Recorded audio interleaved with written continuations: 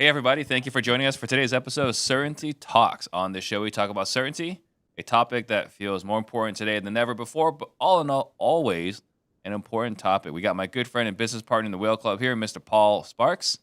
And he's not only a very successful real estate investor, but also a certified certainty advisor. Now, we do this show because a wise man once asked a question. If you look at the last 3 years of your business by months and turn all the negative months to zero, what would happen to your bottom line? And that wise man is Dan Nicholson, a business partner of ours, and author of Rigging the Game. And Paul and I are here to help you achieve financial certainty through real estate by rigging the game in your favor. I'm also on a mission to create 100 millionaires. The information here should help you become a millionaire in the next 5 to 7 years. It will take consistent action. You will become one. And if you get value today out of this show, please share this episode right now. Put a comment below. That way we can all grow together. And as we're speaking, you're going to hear us speak a totally different language. That's okay. Keep the loop open. And especially today, I've already seen a little bit of what Paul has to share. It might be even more confusing. Again, it's totally okay. If you're listening to this on the podcast later on, I just highly recommend just jump on the YouTube, watch this episode, particularly on YouTube, because the stuff that we're going to be sharing here are going to be kind of insane. Because title for today is Brain Melting Math, right? So before we get into it, Paul, what do you got for a 6-word update? 6-word update. Stop running a race against yourself. That's got to mean something. Yeah, that's going to be the theme of what we're going to talk about today. I found out that I was running a race against myself. We're going to talk about that, and we're going to use some math today. So yeah, like Steve said, if you get a chance to watch this on YouTube, I'm going to be showing, it's hard to show math and talk. We're going to try to talk through it so that if you're listening to this, you can still follow along. So don't worry, you can still listen, but you're going to have your best chance to learn from watching it on YouTube. Absolutely. And for myself, my 6-word update is who you learn from matters. So I'm really fortunate. Ren and I were partners in the sales leadership program, and he flew in from Alabama to just spend the whole day in my office to run our quarterly meeting. So I had to sneak in and out for an hour, but he's still in there with my team going through a quarterly strategic meeting. I was like, holy cow, the questions he asks in the quarterly strategic meeting were questions I've never asked inside it. So it's really cool to see what a person that's capable of doing 100 deals a month, how they look at problems versus someone that's trying to do 10 deals a month consistently, right? So I think that's the first thing. Second thing is we're talking about doing for the people inside the Whale Club, only people inside the Whale Club, we're doing a BYOB elite program, which we've got Dan Nicholson coming in to teach how to build a business treasury the way he teaches other people, including Fortune 500 companies, how to do it. And so, not to say Paul doesn't want to teach it, saying who you learn from matters. Who better to teach it than the guy that works at Fortune 500 companies? So, with all that being said, running a race against yourself, let's jump into it, Paul. What does that mean? Well, first of all, I'm just going to piggyback on what you just said. Like, you need the right toolbox. It's like the hammer. You're trying to hammer in screws and staples and like hit through drywall and all this stuff. And then when you get the right tools, all of a sudden it becomes, much easier. Mm-hmm. That's what Ren's doing for you with your team. That's what Dan is doing for us with BYOB. And that's what we're doing on this show, is trying to give you guys the tools that we've learned that make the job so much easier. Absolutely. Because oftentimes we run a race against ourselves. We make it harder than it needs to be, sort of like swimming up current. And what we're going to talk about today is why you might be doing that. It's totally normal. I was doing that. A lot of us small business owners are doing that, but how you can stop doing that and how you can use some of these tools to achieve your solvable problem. Well, before we get into like the hows, let's talk about some examples. What is an example of you inside your business where you're using the same tool over and over again? I got an idea, but I'd love to hear what you got. Yeah. Well, maybe it makes sense to give a contrast, because I could tell you what I'm doing now, but I think it would be helpful to tell like how I came to that realization. And so let's look at some of the most successful, let's just say Fortune 500 companies Mhm. out there. When you look at, Amazon, Microsoft, when you look at airlines, for example, United Airlines, you get on a flight on United Airlines. What do when they get off the flight? Well, they try to get you to sign up for their credit card Yeah. But no, not because only when you get off, but even like as you're landing, we're 5 feet away from touching down. Oh, by the way, sign up for a credit card. Talk to one of the what's the right word? Flight attendants. You can't say the other word. Talk to one of the flight attendants. right. Well, and why is that? Because United Airlines is an airline, but they also have a treasury department. They have and behave like a bank. Same thing with auto manufacturers. You go into buy a brand new Toyota Tundra, let's say. Mhm. What's the first thing they're going to want to do? Check your credit. Let's let's help you finance that, Yeah. Mr. Trang. Right? I don't know if you'd be going in to buy the Toyota Tundra. You're more like a Tesla guy or a Porsche or something like that. But what's Prius. the first I'm a thing you're simple going guy. to do? What's that? Prius. I'm a simple guy. Oh, you're a Prius guy. Well, I'm sure that they're going to still want to offer you to, you know, uh, finance that Mhm. Prius. Oh, absolutely. Department stores do the same thing, right? A lot of these major Fortune 500 companies, they have a treasury because they behave as their operating business, but they also behave like a bank. So Right. the real question today is why are you not behaving like a real estate investing business and like a bank? Yeah. So that's what we want to talk about today. Well, and I'm thinking like, if you only have one tool, right? Going back to that reference, is, like there's this contrast, there's this us versus them mindset in the realtor versus wholesaling community. And if you see it, like a lot of the realtors hate wholesalers because they think like, oh, you're taking advantage of these homeowners, right? But they only have one tool, which is to list on MLS, which does not serve a homeowner who needs to sell in 14 days. So they Mhm. only have one tool, right? Right. And then you look at it as a wholesaler, well, for the last 5 years up until middle of last year, cash offers all day worked. And then you realize, oh, market's evolving. And now you learned novations, right? You learn creative. And so having more tools gives you more flexibility. And so if there's other ways for you to make money besides the active income, and there's a passive way to do it inside your business, why would you not look at additional options for you to grow your income within your company?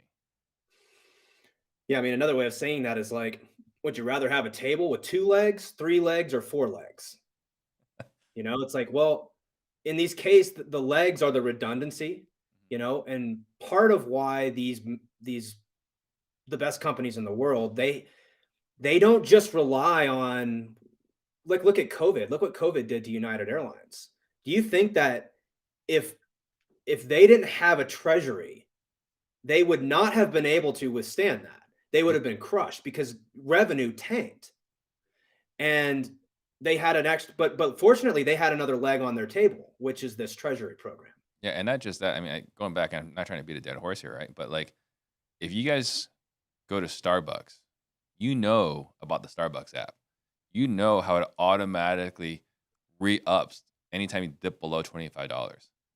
So at any given time you have the app, you probably have $25 with Starbucks.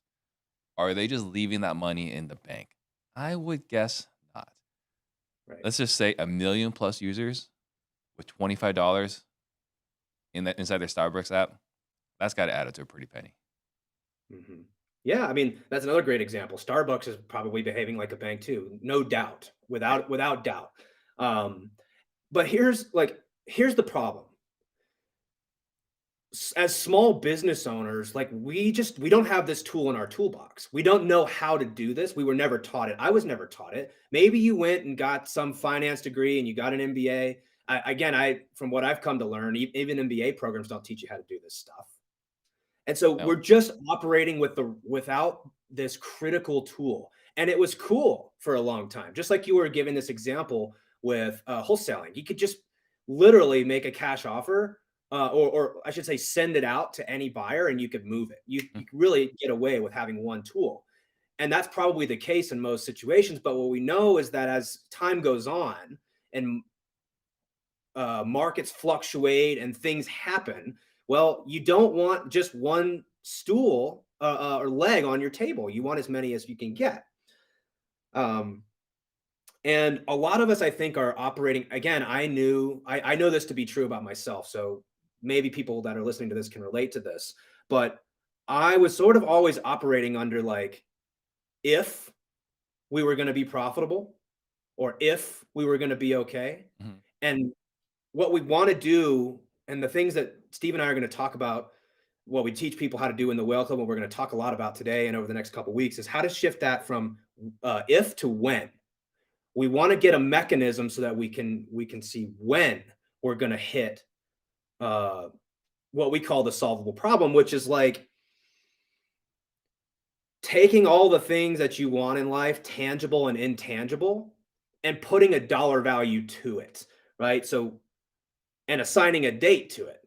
So saying like, hey, in 5 years, 10 years, whatever that time frame is, this is the life that I want to live. I want a certain amount of money coming in. And that's how, we think about the solvable problem. Yeah, and I mean, just put another way, like I would imagine at least 50%, if not 90% of the people listening, read Rich Dad Poor Dad. And there was this like huge like aha light bulb moment. It's like, wait a minute, you're telling me there's a way I could replace my W-2 with passive income and never have to work again? And he called it the freedom number, right? This is the number where you make this much in passive income where you'll never have to work again. We're Mhm. talking about the solvable problem. It's the same exact concept. Yeah, same thing. And you and I have been doing this now. You've been doing this much longer than me. Sure, you have, more experience with this, but at this point, we've got about 70 whales or so who have kind of come through. And it's really funny how like almost all of us are usually about the same solvable problem.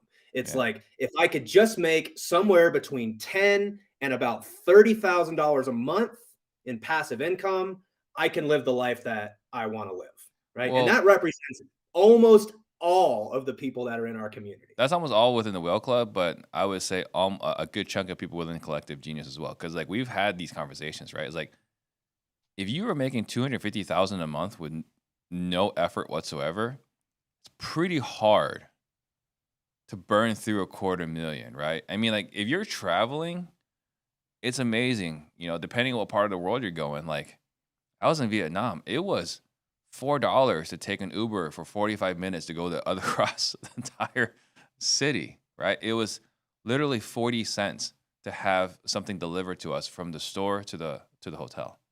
So Mhm. like a quarter million passive, right? I mean, it's a little bit more than 20,000, but 20,000 a month is 240.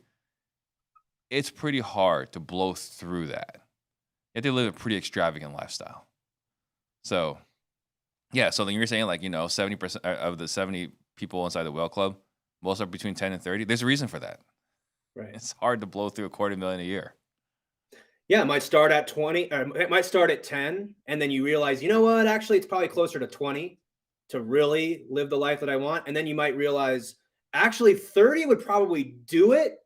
And it would allow me to not only cover my core expenses, but it allows me to take all the trips, do all the things.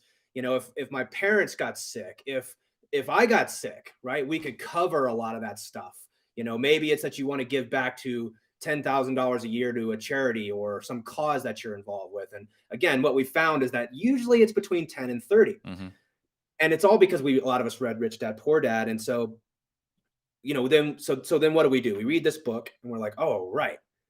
20K a month would do it. So what do? We go into real estate and we say, I'm going to start doing all this active stuff, flipping. Most of us start out in wholesaling. You're wholesaling, you're flipping, you're doing developments, maybe you're doing retail, you're doing some form of active Hmm. work.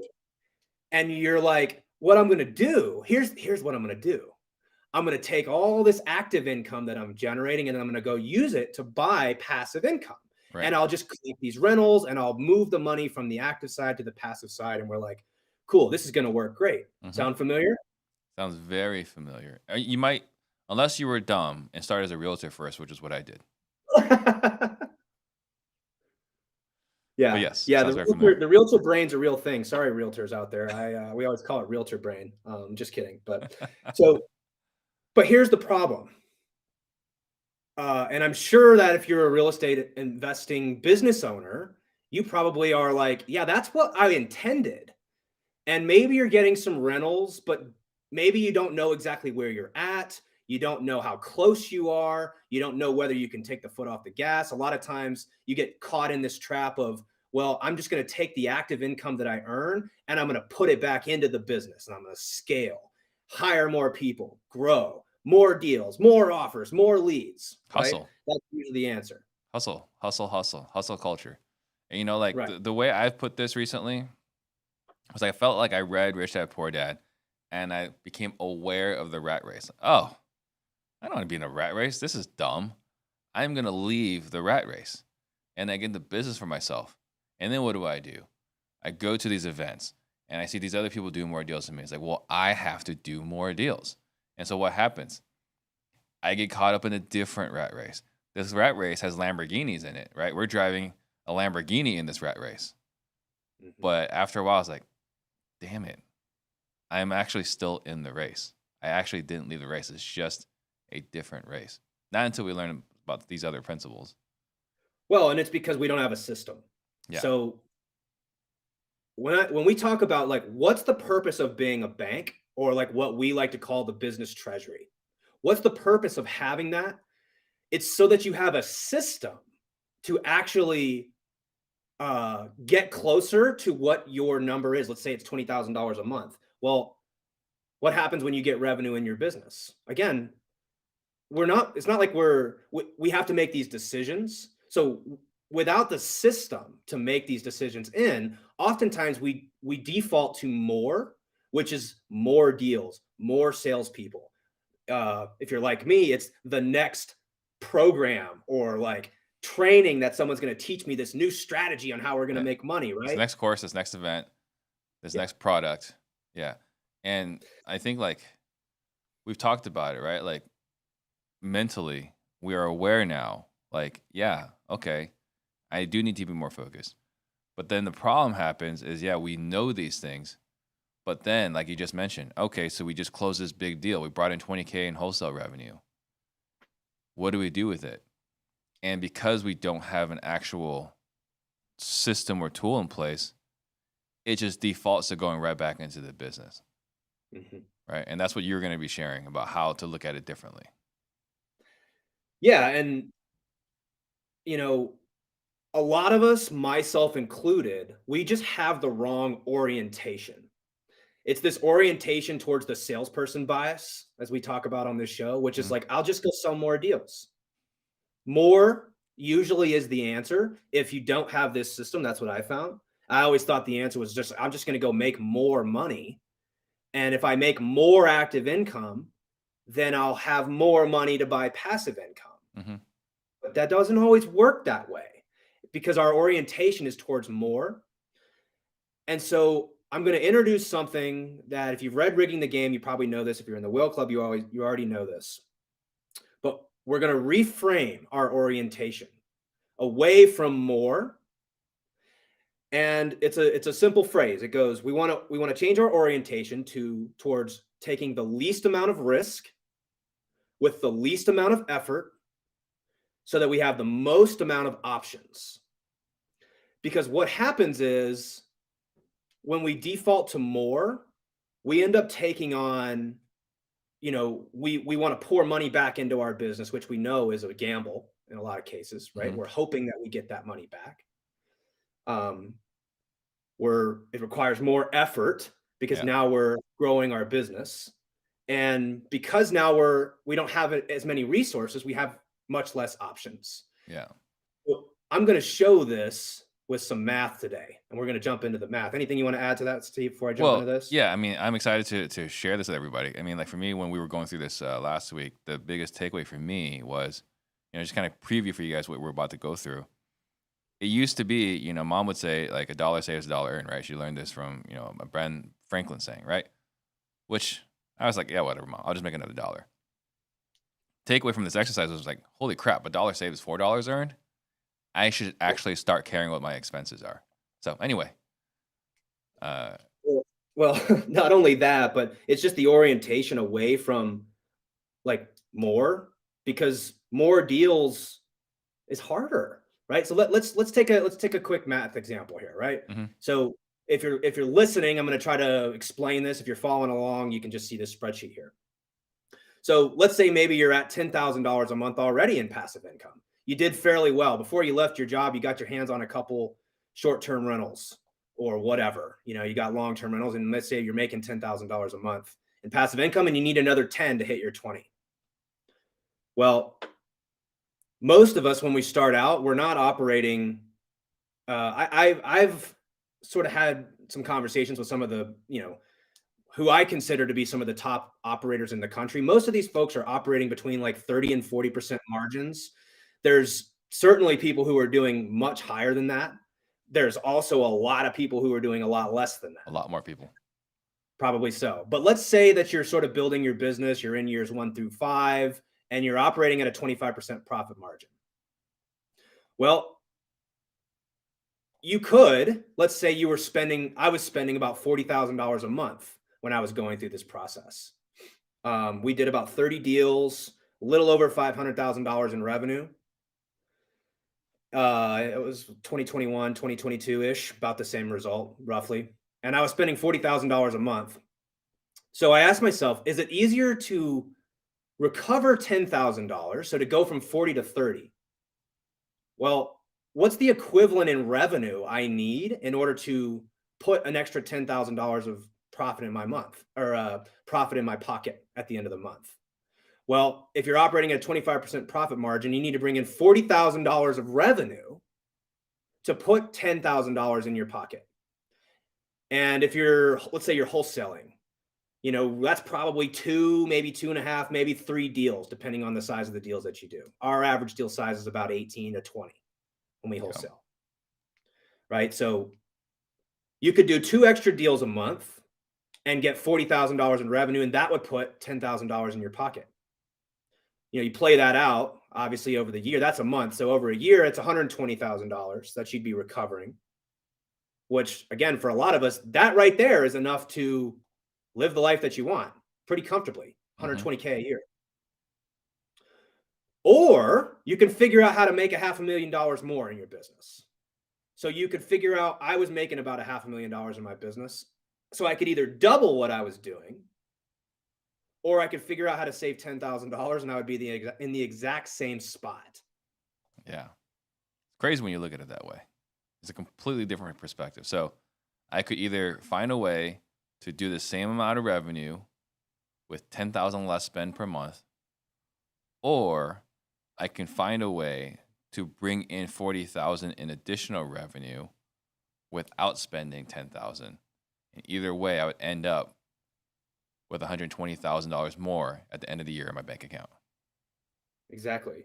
Because a lot of us would way rather work harder to figure out how to add another 20, 30 deals per year to our business. I mean, 20, 30 deals per year, how much time is that taking? A lot of effort, a lot of stress. A lot of, you guys watched Part in the Disruption yesterday, a lot of Butterfinger blizzards, right? For coping. Well, not just that, but like, let's say that you're at 3 deals a month and you're trying to get to 6. And so again, in order to go from 3 to 6, you probably have to take on more risk, which means you have to spend more money on marketing. It's going to take more of your time to add 30 deals, 25, 30 deals per year to your plate. You got to manage all that. You got to probably hire another salesperson or 2 and a lead manager, more marketing, make sure all this stuff's going well. So growing your business, 20 to 30 deals per year, or you could figure out how to just recapture resources that aren't performing as well as they should be. Yep. And not a lot of this is talked about. At least I don't see often in from other people's content. But like, you don't just double your marketing, just double your revenue. Like, as you increase spend, the ROI, return on investment, the return on time, the return on effort, all goes down as revenue increases. You don't stay at, oh, I run a 25% profitable business at 100,000 a month. Oh, then I'll be 25% at 200,000 a month.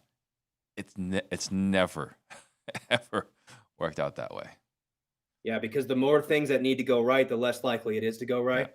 We talk about system reliability all the time. And so, back to our orientation, there's a lot of risk trying to go from 3 deals a month to 6, trying to figure out how to add another $500,000 to your business. If your business is making $500,000 a year, is it easier to completely double the volume of your business or reduce your expenses? Right. And just to say, like, we're not saying don't ever try to double your business. It's not what we're saying here.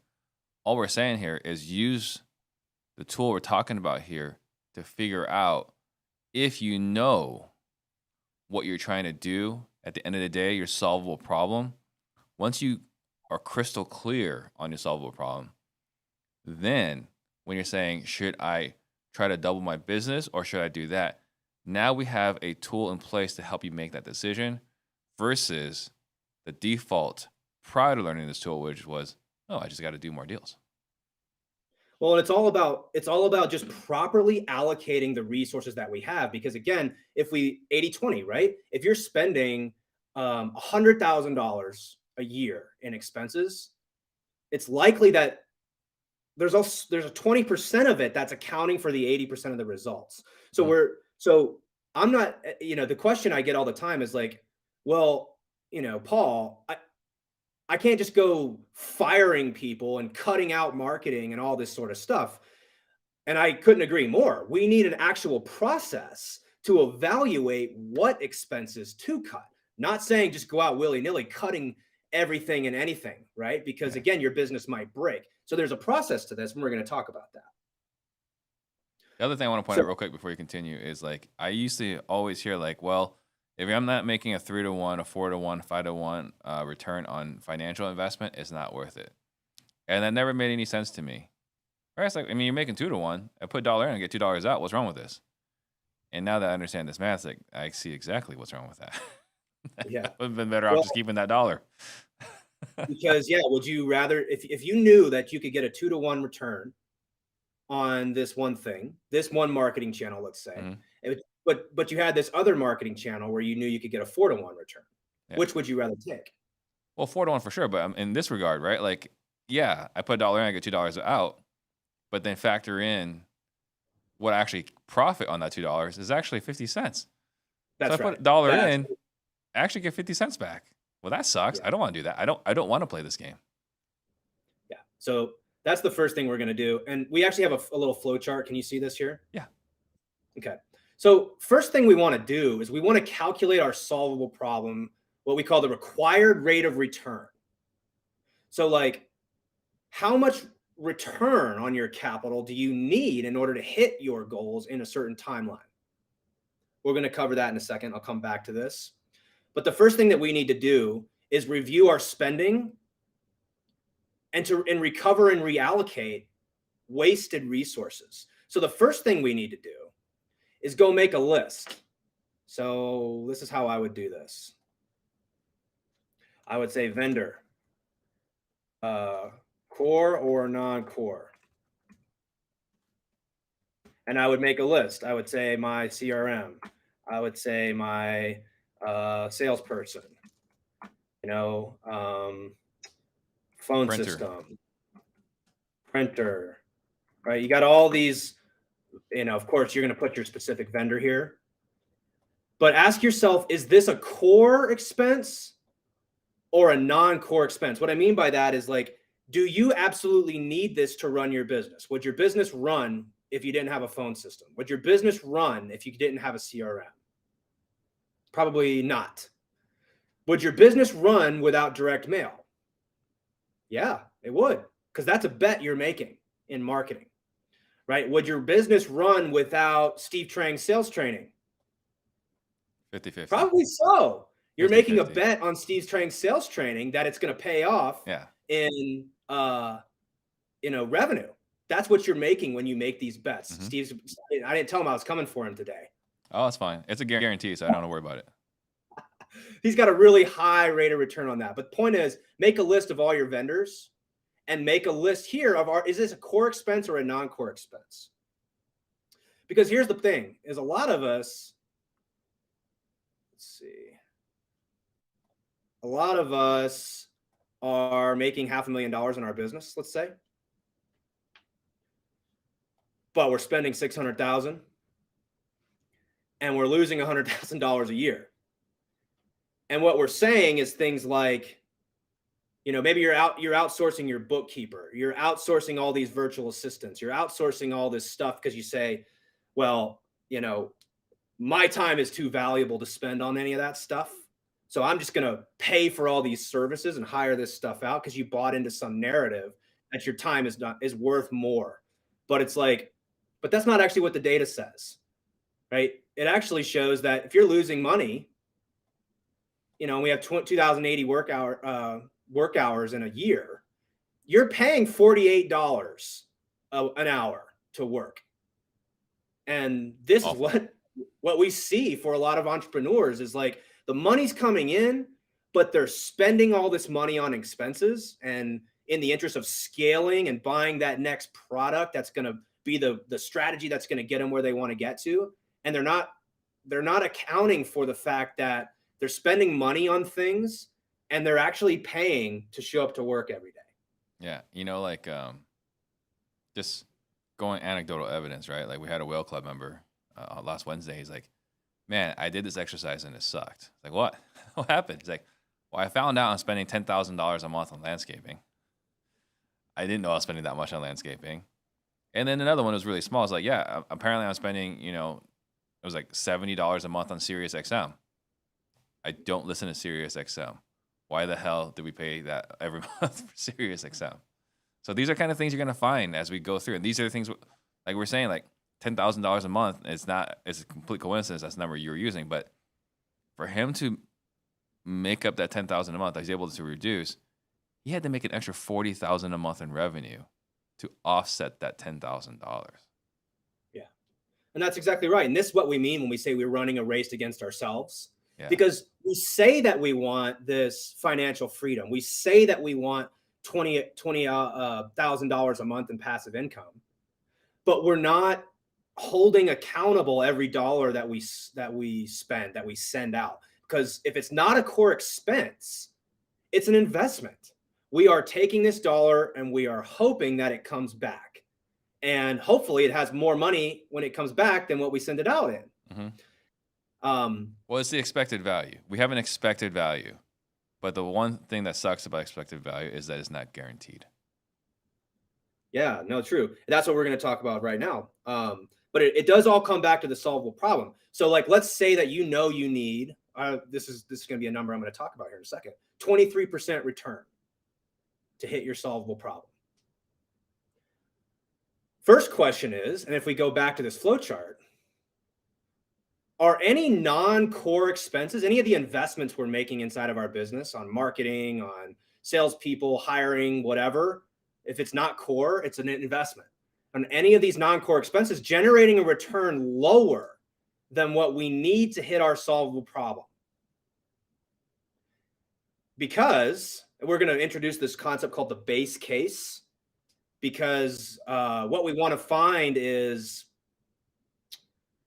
a lot of us obviously are in real estate. And so we look at rental properties as a very reliable way to earn this passive income. And again, if you're saying, well, I want to get $20,000 a month in passive income from rental properties.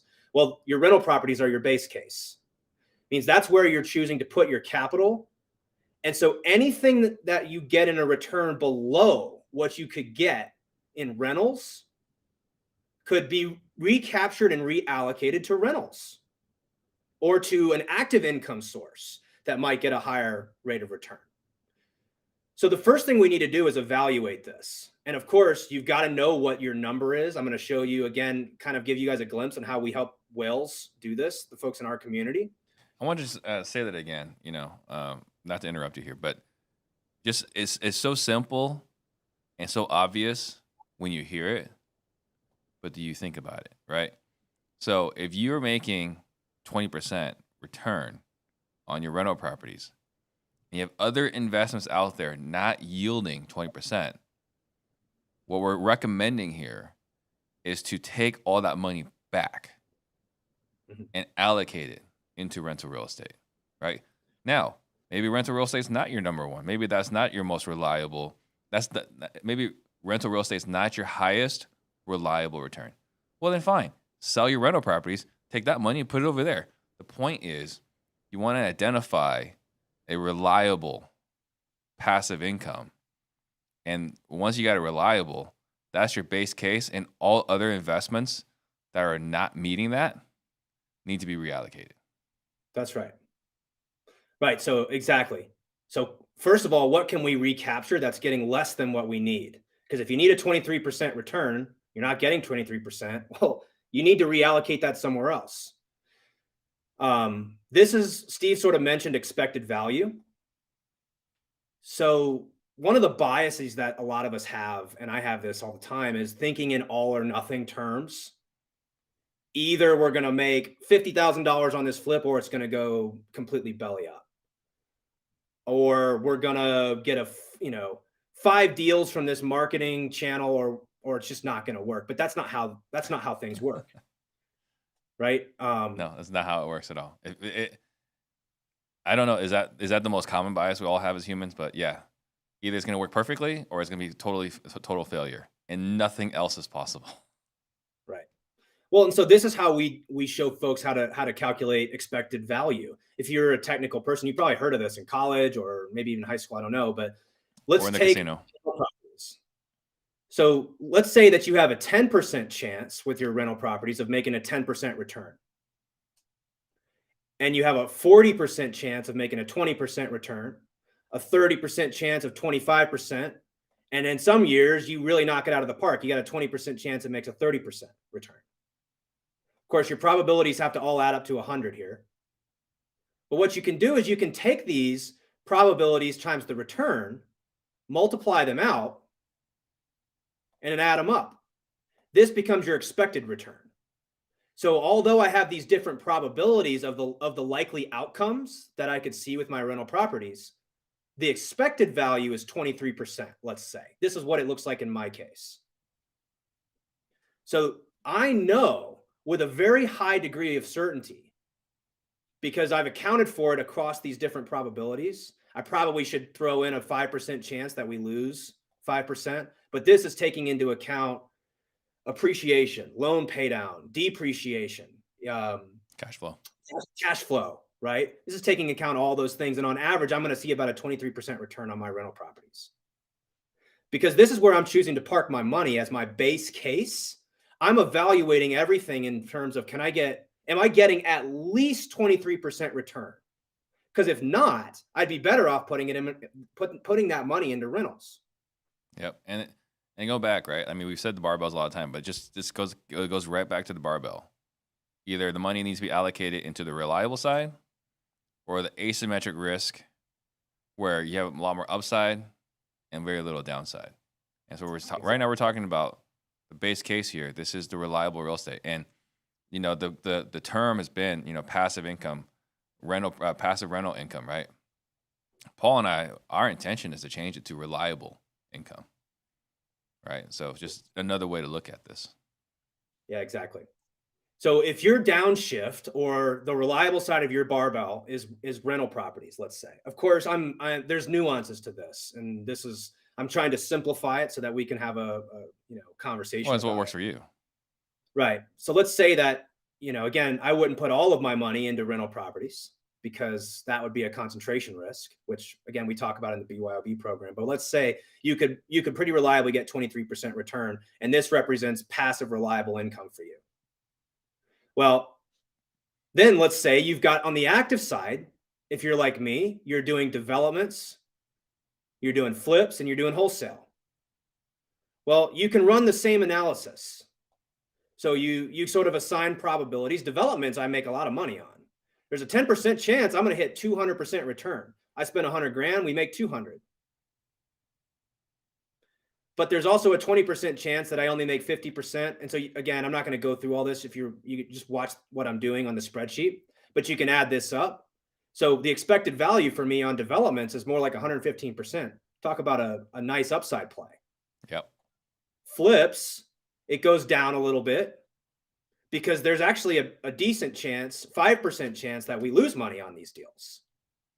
And there's a 15% chance essentially that I don't make any money or I lose money on a deal. Yep. I know that. I know that feeling too. On average, when I put 100 grand in, I'm getting about 50 grand out. That's my expected value. Average isn't the right way to say it. It's the expected value if I was to do that strategy. And then with wholesaling, because clarify, it's profit, not back profit. Correct. With wholesaling, because I have a lot more overhead, I've got to have the marketing, I've got to have the lead manager, the salesperson, all the CRMs and the systems and all this sort of stuff. And the deals are smaller. So I've got to do more deals in order to hit my number. My percentage is more like 36%. And so these are my active income sources where I'm, choosing to put let's say my time and my money, and I'm generating money here and putting it here. But as we go back here, right? Like how do we actually get there? What's the mechanism to take the cash that we're getting from these sources, and how do we know when to allocate that? And let me show you some more math. So if you know that you're getting 23% return from your rentals, and we can call that our base case, which means like our expected value is 23%, we're going to get that at a very high probability. And we need $20,000 a month. That's our monthly solvable problem. So we got to take our 23% return and convert that to a monthly return, monthly rate. Here's the calculation. I'm going to just let you guys do that. Punch that in. You can copy this here and copy it into your spreadsheet. But what that tells me is we need $1.15 million in core capital, or you could call this equity inside of your rental properties. So if, let's say, equals that divided by what, 25%? That represents, if you had 25% equity, roughly $4.5 million in assets under management. So a lot of us are saying like, well, how much real estate do I need to own in order to produce the cash flow that I need? And the answer is you need about $4.5 million. This would be about 25% equity. Let's say you were doing with you wanted to be conservative. So you needed 40% equity. I don't know if I have this right. I might be doing this wrong. That doesn't look right to me.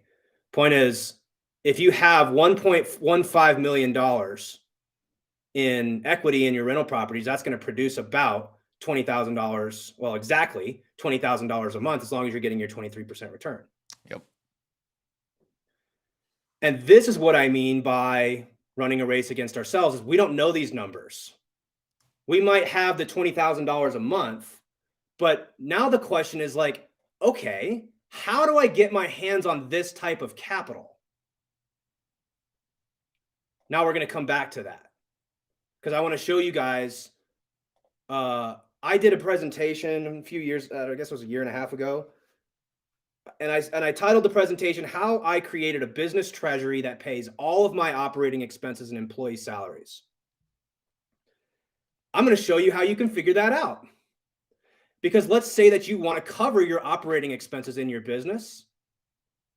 And right now you're spending $10,000 a month in core expenses. So your core expenses are $10,000. You might be spending more than that, but ideally every bet you're making in your business, because you now have the right tools to evaluate these things, they're bringing you a return. So the goal is, how do we get our core expenses covered? So let's say you're spending $10,000 a month, and that's $120K a year. Well, if you needed to produce $120,000 a year and you know that your base case is 23%, well, you could create an endowment of $120,000 a year in perpetuity if you had $521,000 inside of your real estate. So I look at this as like, okay, so you're telling me that if I can get my hands on this plus this, $1.671 million in capital, I could not only fund my personal solvable problem, but I could fund my business solvable problem forever without ever having to worry about whether I'm going to need to make money in the business. Yep. That makes sense? Makes total sense. This is I see why we call this brain melting math. It is a bit of a struggle, but I'm following. Yeah. You know, Dan says this all the time, like, it's going to be really difficult to get financial freedom if you don't understand finance. You don't understand the time value of money and these different things. And that's hard for us entrepreneurs to hear because it's hard to receive. It's hard to process. It's unpleasant. Because we all have that, a lot of us have that salesperson bias. Yeah. Which is just like, let me go do more. Let me go figure out how to sell more deals. And when you take this approach, you start realizing that, like, all I really need to do is figure out how to get closer to this number here. Mm-hmm. Right? This is the number that I need. Because we've already figured out how to allocate this to our base case. Anything above that we receive from our active income goes to buying that down or goes to taking risk off the table, right? So is your solvable problem, back to the spreadsheet? Let me kind of back up a little bit. So we figure out that, okay, in order to hit our solvable problem, we need to hit a 23% return because we're going to use rental real estate to do that. We know that our rental real estate gets about 23% return. So we're going to base it off of that. So we review our spending. Is there anything that we're doing that's getting us less than a 23% return? Right? And can we eliminate it? Because again, we showed how it's easier to save $10,000. You could either save $10,000 a month, or you could make another $500,000 a year. Which one's easier? It's not even close. And once we do that, is our solvable problem less than or equal to our base case? So we know we can get 23% return. If it's less than that, then reduce risk. If it's not, then the question becomes, okay, so we're not getting a 23% return. So what can we do about that? And this is where brains are going to fully melt. The heat's about to get turned up a little bit here. All right. Where did I put this? Just a heads up, Paul. I know we're getting really deep in the weeds here. We're 50 minutes into this, so that's right. A few more minutes, Steve. Don't worry. I don't know if I have the right spreadsheet up. Maybe this is something we better save for the next time. Well, that's what I was kind of thinking, because I see we're about halfway through all the sheets. No, those sheets are from other stuff. Okay. Just other notes I was taking. Never mind. So then disregard what I said. why don't I just state it like this? If we know, again, if I'm back here and I know that I need $1.67 million in capital, that's the problem that we're solving for. The question now becomes, okay, managing a treasury is not just about making more money. It's about how do we amplify our balance sheet and potentially create liabilities that could create this. Meaning, can we get HELOCs? Can we get loans? Can we get lines of credit? Can we use debt, essentially? to help us get there. So the answer isn't 2 to 3 more deals a month. It's how do I get this amount of capital? And again, what we show whales how to do is find and recapture this capital, understanding that like if you can get a HELOC at 3% and we can take that money and then go get 23%, well, we're getting closer to our solvable problem without any extra effort. We're just recapturing and reallocating the resources that we already have. Yeah, you're taking your active income, you're taking your credibility, your performance, your track record. And if you know how to get to your solvable problem, if you know your solvable problem, and you know what you can hit performance-wise, a rate of return, and you know what you can borrow money at, and so long as one number is larger than the other, you can arbitrage it. You can actually grow your cash balances without having to do more deals. Just stay the same number of deals you're doing right now. And that's what we say. That's what we mean when we say amplify your balance sheet, and really just understanding the fundamentals of the time value of money, that $1 today is worth more than $1 tomorrow. So if I can borrow or do certain things where I can get more cash on hand, and you do that through your balance sheet, well, then we can take those resources and go get more capital to produce and to get where we're trying to go faster. And so it just comes down to like, when I saw this, it was like, wait a second. The answer for me has always been make more money. More active income. Right. We're not saying that's a bad thing to make active income. You're going to need to generate some level of income, revenue somewhere, right? But it starts becoming less about how do I do more deals as opposed to how do I find the least, with the least amount of risk, least amount of effort, get the things that I want in my life. That's what the business treasury is here to do, is to give us systems and processes and tools to do this without chasing more and more and more. Yeah. So more time, more money, less effort, less risk.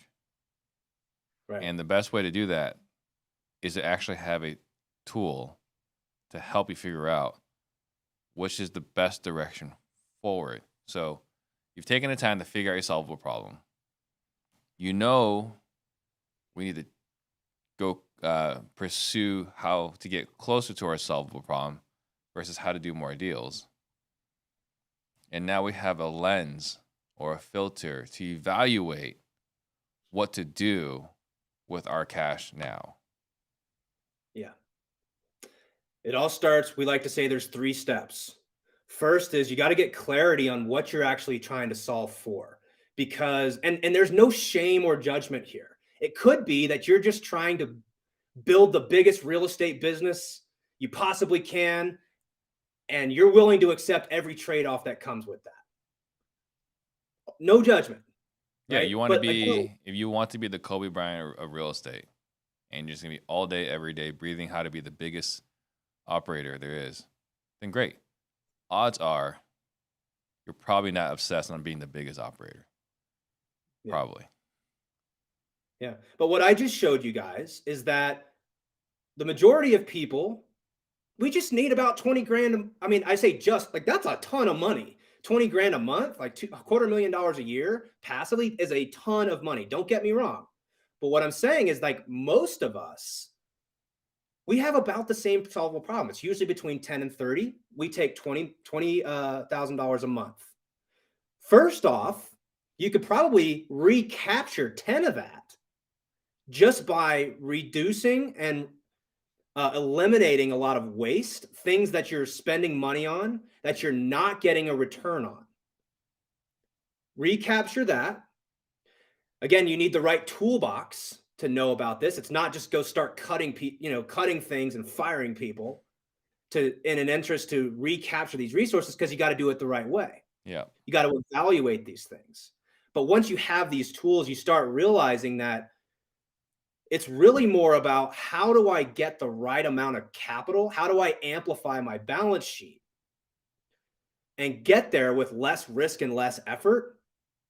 Because you tell me, what's easier, trying to go from 3 deals a month to 6 deals a month, or figuring out how to just use the capital that's at your disposal to create that level of return, and you don't take on any more risk or any more effort. Actually, it's significantly easier. You might even be able to do less deals. That's what I did. It's actually pretty interesting. Right now, our wholesaling business, we're doing, even though it's a little bit more challenging at the moment, I think we did the same number of deals in Q1 of this year as last year. But along the way, we've slashed expenses. And things are a lot less stressful this year. It's interesting, right? So we were able to dial back expenses. Not to say we don't want to do more deals, because we do want to do more deals. We do want to increase revenue, this and that.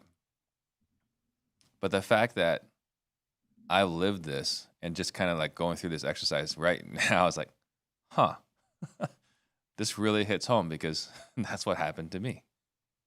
Yeah. Well, I hate to say it like this, but it's like it's not our fault, because we were given this hard wiring Yeah. towards more. Right? We're all wired towards comparison and all or nothing thinking, and a lot of us struggle with these things, and we like just call it the salesperson bias. Mm-hmm. You know, again, we got into real estate because we wanted to create passive income in our life, and then fast forward however many years later, and it's a very active business, and we have no system or mechanism to actually help us get closer to what we really want in life. And that's what we do in the Whale Club, is show folks how to take and get clear on their solvable problem. What is that? It's more than just, I'm simplifying this tremendously. It's more than just a number, right? That's what we want to get to. That's the end result, but it is more than just a number. We give you the toolbox to make better decisions inside of your business. We call that the certainty operating system. How to make decisions on what to cut, when to recapture resources, when to grow and scale. There's a lot of operating systems that teach you how to run employees and meetings and, systems and processes, but there's not a lot of operating systems that help the person make better decisions. Right. So we teach you that. And then we teach these business treasury strategies so that you can get closer without chasing more and more and more. Yeah. So if you guys want to find out more about this, go to realestatecertainty.com. And then we do have our wait list. If you guys are so interested, it's step 3 inside realestatecertainty.com, and also within the YouTube description here, right? If you guys came over and looked at the YouTube description, we do have the wait list. If you guys are interested, we're going to be spending quite a bit of time in the next 4 or 5 weeks, whatever, diving deeper into this for everyone inside the Whale Club. So we titled this Brain Melting Math. I don't think we let anyone down. I think that was a pretty fair description. And we're not done. There's still more, right? So we can share more of this next time as well. Well, next time we're going to talk about action steps. There you go. Here's some things that you can do. We've been sort of priming the pump a little bit. Last week, we talked about what is a business treasury. Like, what is it from a high level? Today, we talked about, I wanted to sort of show everybody like why you should care about this, because knowing the math, getting the numbers to speak makes it a heck of a lot easier if you know what you're looking at. Yeah. And then next week, we're going to tell you how you can start taking some action steps towards building one of these yourself. Yeah, that's huge. So make sure you guys tune in next week to get the action steps. So awesome. Great show. And, I didn't know I was going to learn something today, because we've already talked about this more than once, but I learned a lot today. I'm glad. Yeah. So cool. So then we'll wrap up here. Thank you guys all for watching. Thank you all for listening. And again, if you guys are listening, I highly encourage you guys to go back to the YouTube to watch the spreadsheets, because it really helps cement these principles. So again, guys, thank you. And we will see you guys for next week's Certainty Talks. Bye, everyone.